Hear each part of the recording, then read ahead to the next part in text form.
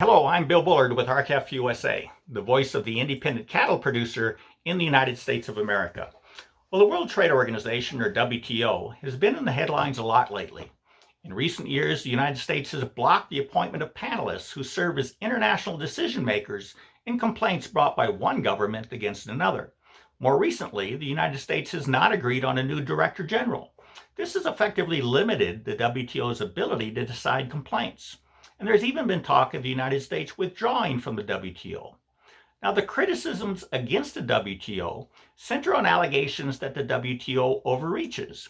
That is, the WTO has been exceeding its mandate and making new rules not included in core WTO documents, and deciding cases not on the facts presented by the parties, but rather on the WTO's own bias for or against certain countries and their trade practices. Now, the WTO is headquartered in Geneva, Switzerland, and yet it profoundly impacts the lives of every U.S. consumer and every U.S. cattle producer. Indeed, it's because of the WTO that consumers are deprived of the right to know from what country or countries the beef they buy for their families originated. It's also because of the WTO that United States cattle producers cannot distinguish their superior domestic-born and raised beef from beef produced in foreign countries with a mandatory country of origin label, a COOL label. And that's because the WTO ruled the United States had no right to require beef to be labeled as to its country of origin. In other words, whether you know it or not, you've effectively invited the WTO into your homes, and you've offered them a seat at your kitchen table. Now that's a bit disquieting, particularly since the WTO operates as a global governing body and U.S. citizens have no vote on who officiates at the WTO. Now, this is very different from our own government, which is accountable to its citizens because we regularly vote on who governs, and if we don't like how we're being governed, we can unelect them. In addition, our government was formed with a system of checks and balances, which at least theoretically protects us from government overreach and government bias. Not so at the WTO. It's as oblivious to the concept of bias as it is to internal conflicts of interest. And here's a case in point. The presiding panelist on the WTO's three-member appellate body that ruled the United States had no right to inform its citizens as to the country of origin of beef was a man by the name of Ricardo Ramirez Hernandez.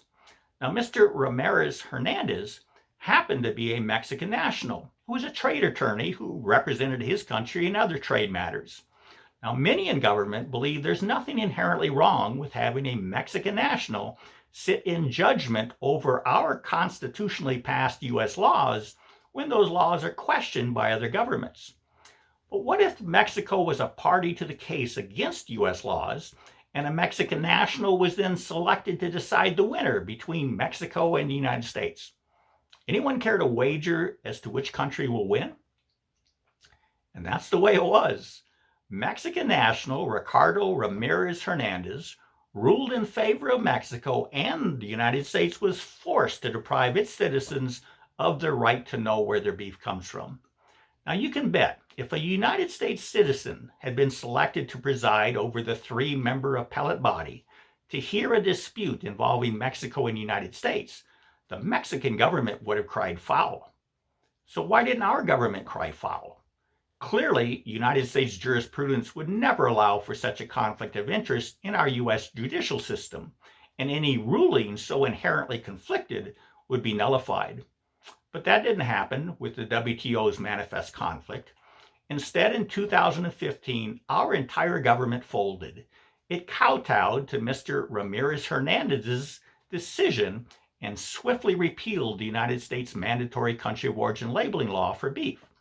And not a single government official has taken any meaningful steps to restore for U.S. citizens what was taken from them by the WTO, the right to know where their beef originates.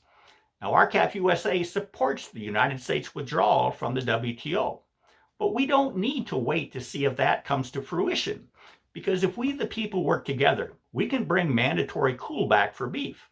And by doing so, we can at least kick the WTO out of our kitchens. To learn more about what you can do to help, go to www.demandUSAbeef.com and join with over 400,000 Americans who want to know where their beef is from. You can also go to our website at r-calfusa.com to join with us and to learn more. With that, thank you and have a productive week.